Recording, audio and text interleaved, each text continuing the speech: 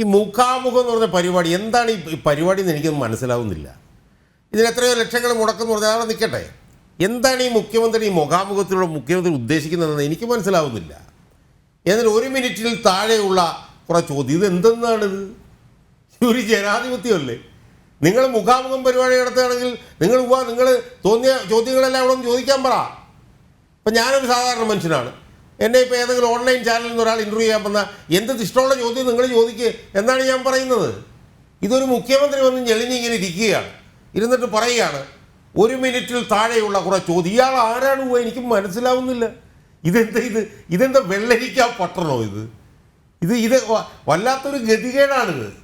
ഈ ഗതികേടിൻ്റെ കാരണം യഥാർത്ഥത്തിൽ ഇവിടെ കോൺഗ്രസ്സുകാരെയും ഇവിടെ BJP-ക്കാരെയും കൊള്ളാത്തതുകൊണ്ടാണ്.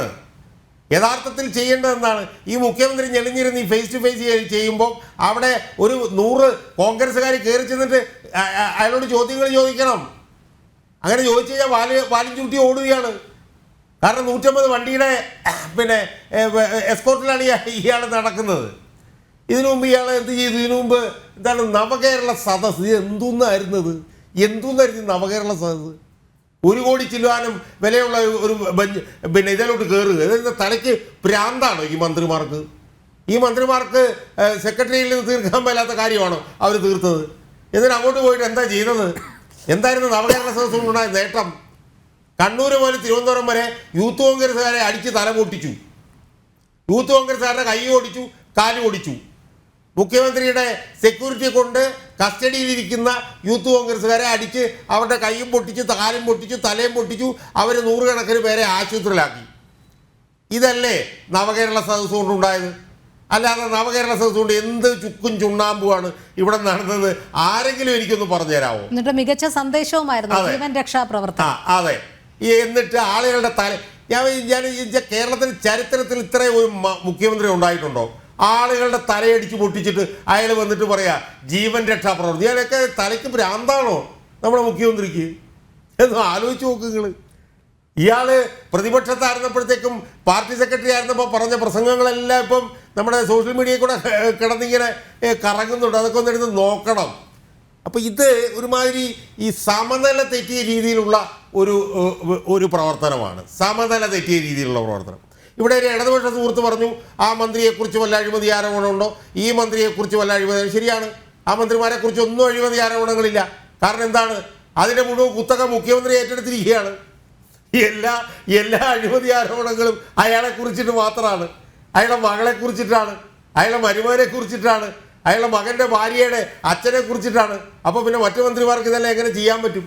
പിന്നെ സേനാപതി വേണ്ടി ചോദിച്ചൊരു ചോദ്യമുണ്ട്, ഏത് മന്ത്രിയുടെ പേര് വകുപ്പ് എനിക്കറിയില്ല. കുറേ മന്ത്രിമാർ ഇവിടെ ഇരിപ്പുണ്ട്, ഇതിൻ്റെ ഒന്നും വകുപ്പ് എന്താണെന്ന് എനിക്കൊരു പിടിയില്ല. പണ്ടിരുന്ന മന്ത്രിമാർ അങ്ങനത്തെ മന്ത്രിമാരായിരുന്നില്ല. ഇപ്പോൾ ഒന്നാം പിണറായി സർക്കാരിലെ മന്ത്രിമാരാരൊക്കെയായിരുന്നു? തോമസ് ഐസക്ക്, ജി സുധാകരൻ, അങ്ങനെ എത്ര പ്രഗത്ഭരായിട്ടുള്ള മന്ത്രിമാർ ആ മന്ത്രിസഭയിലുണ്ടായിരുന്നു. അതിനെല്ലാം എന്ത് ചെയ്തു? മരുമോന് വേണ്ടി അങ്ങ് വെട്ടിക്കളഞ്ഞിട്ട് ഇപ്പോൾ ഏതോ കുറേ ആളുകളെ കൊണ്ടുവന്ന് ഇരുത്തിയിട്ടുണ്ട്. അവരുടെ എല്ലാം പൊതു സ്വഭാവം എന്താ? മുഖ്യമന്ത്രി നോക്കിയാൽ മൂത്രമൊഴിക്കും. ഇതാണ് എല്ലാ മന്ത്രിമാരുടെയും ഒരു പൊതു സ്വഭാവം. അവരിരുന്നിട്ട് എന്തൊക്കെയോ കാണിച്ചു കൂട്ടുന്നു. മനസ്സിലായി? ഇവിടെ ബിനോയ് വിശ്വം ഇവിടെ മന്ത്രിയായിട്ടിരുന്നിട്ടുണ്ട്, ഇവിടെ KP രാജേന്ദ്രൻ മന്ത്രിയായിട്ടിരുന്നിട്ടുണ്ട്, ജി സുധാകരൻ, തോമസ് ഐസക്, MAB ഇതുപോലുള്ള മന്ത്രിമാരൊക്കെ ഇവിടെ ഇരുന്നിട്ടുണ്ട്. ആ സ്ഥാനത്ത് ഇരിക്കുന്നവർ ആരൊക്കെയാണെന്നുള്ളത് നമ്മളിപ്പോൾ കാണുന്നില്ല. സജി ചെറിയാനെന്ന് പറഞ്ഞൊരു മന്ത്രി ഇരിപ്പുണ്ട്. ഒന്ന് ആലോചിച്ച് നോക്കുങ്ങൾ. മലയാളം പോലും മര്യാദയ്ക്ക് സംസാരിക്കാൻ അയാൾക്ക് അറിയത്തില്ല. അയാൾ രാജിവെച്ച് പോയ ഓർമ്മയില്ലേ നമ്മൾ? അയാളാണ് ഒരുത്തൻ. പിന്നെ ഒരു മാധ്യമപ്രവർത്തക വന്നിട്ടുണ്ട്. ആ മാധ്യമപ്രവർത്തകയ്ക്ക് അവരുടെ ജില്ലയിലെ പാർട്ടി ഓഫീസ്, ജില്ലാ കമ്മിറ്റി ഓഫീസ് പോലും എവിടെ അറിയാലെന്ന് ചോദിച്ചാൽ അറിയാലെന്നാണ് പറയുന്നത്. മാധ്യമപ്രവർത്തകൻ എന്താ വീണ ജോർജ്, അവർ വേറൊരു മന്ത്രിയുണ്ട്. പിന്നെ ഇയാളുടെ മുഖ്യമന്ത്രിയുടെ തന്നെ മരുമകൻ ഒരുത്തൻ അവിടെ കയറി ഇരിപ്പുണ്ട്. അയാൾക്ക് കൊടുത്തിരിക്കുന്നത് എന്താണ്? പൊതുമരാമത്തും ടൂറിസവും ഏറ്റവും നല്ല വകുപ്പ് അയാൾ കൊടുത്തിട്ടുണ്ട്. കാരണം അതിനകത്താണ് ഏറ്റവും കൂടുതൽ വരവുള്ളത്. അപ്പോൾ എന്നിട്ട് പറയുന്നു കാലം മാറുന്നു എന്നാണ് എൻ്റെ ഇടതുപക്ഷ പ്രതി പറയുന്നത്. ശരിയാണ്, കാലം മാറി. പക്ഷെ 4 പാവപ്പെട്ട DYFIക്കാരെ വെടിവെച്ചു കൊന്നു. 4 DYFIക്കാർ മരിച്ചു. അതെന്താണ് ഈ ഇടതുപക്ഷ പ്രതി കാണാത്ത? പറയാൻ എളുപ്പമാണ്, കസേരയിൽ ഇങ്ങനെ ഇരുന്നുകൊണ്ട്. അത് കാലം മാറി. പുഷ്പൻ എങ്ങനെയാണ് ഇവിടെ ഈ സാഹചര്യത്തിൽ എത്തിപ്പെട്ടത്? എത്ര 100 കണക്കിന് SFIക്കാരുടെയും DYFIക്കാരുടെയും തലയും കൈയും കാലും ഒടിഞ്ഞു. ഈ പ്രീ ഡിഗ്രി ബോർഡ് ഇതുപോലെയൊക്കെയുള്ള സമരം, സ്വാശ്രയ വിദ്യാഭ്യാസം, മറ്റേ ഗെയില് പിന്നെ പൈപ്പ് ലൈൻ വന്നപ്പോൾ അടിമുഴുവൻ പൊട്ടിത്തെറിക്കുന്ന ബോംബാണെന്ന് പറഞ്ഞ ആളാണെന്ന് ഇന്നത്തെ പിന്നെ നിയമമന്ത്രി പി രാജീവ്. ഗെയില് പൈപ്പ് ഇപ്പം നടപ്പിലാക്കി. അദാനിയുടെ വിഴിഞ്ഞം തുറമുഖം വന്നപ്പോഴത്തേക്കും ഇപ്പം ഇരിക്കുന്ന ഇയാളുണ്ടല്ലോ മുഖ്യമന്ത്രിയായിട്ടുള്ള പിണറായി വിജയൻ പറഞ്ഞെന്താണ്, 6,000 കോടി രൂപയിൽ 5,000 കോടി രൂപ അഴിമതിയാണെന്നാണ് പറഞ്ഞത്. അപ്പം ഇതൊക്കെ അങ്ങ് മാറി എന്ന് പറയാം. പക്ഷെ മാറുന്നതിനിടയിൽ നൂറുകണക്കിന് SFIക്കാർക്ക് DIFIക്കാരുടെ തലയും കാലും പൊട്ടി കിടപ്പുണ്ട്, കുറേ പേര് ചത്ത് ചീഞ്ഞ് കിടപ്പുണ്ട്, കുറേ പേര് ജീവ ചവമായിട്ട് കിടപ്പുണ്ട്. ഇതൊക്കെ കാണണം ഇവർ.